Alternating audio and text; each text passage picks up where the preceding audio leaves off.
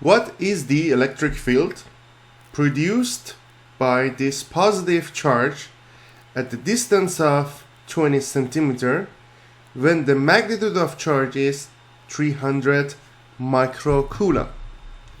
What is the direction of electric field? So we have a positive charge, 300 microcoulomb, and we need to find out the magnitude of electric field somewhere 20 centimeter away from this charge. And we also need to find out the direction of the electric field. So electric field is calculated using this formula, K times Q divided by R squared. K is the Coulomb's constant, Q is the charge of this charged particle, and R is the distance from this charged particle to the point that we want to calculate the magnitude of electric field. K is 8.99 times 10 to the power of 9. It is not changing, it's always constant.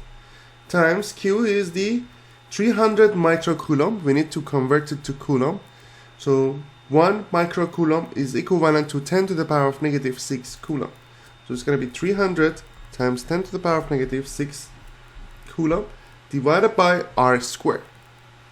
The distance is 20 centimeter. We need to convert it to meter. So 20 divided by 100 is going to be 0.2 meter to the power of 2. So when I calculate it, that is going to give me 6.74 times 10 to the power of 7 Newton per coulomb. That's the unit for electric field.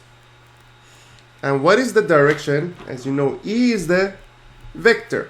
Like force, E is the vector, and the electrical field is going to be like that, because we know when we are dealing with a positive charge, the electric field is going outward.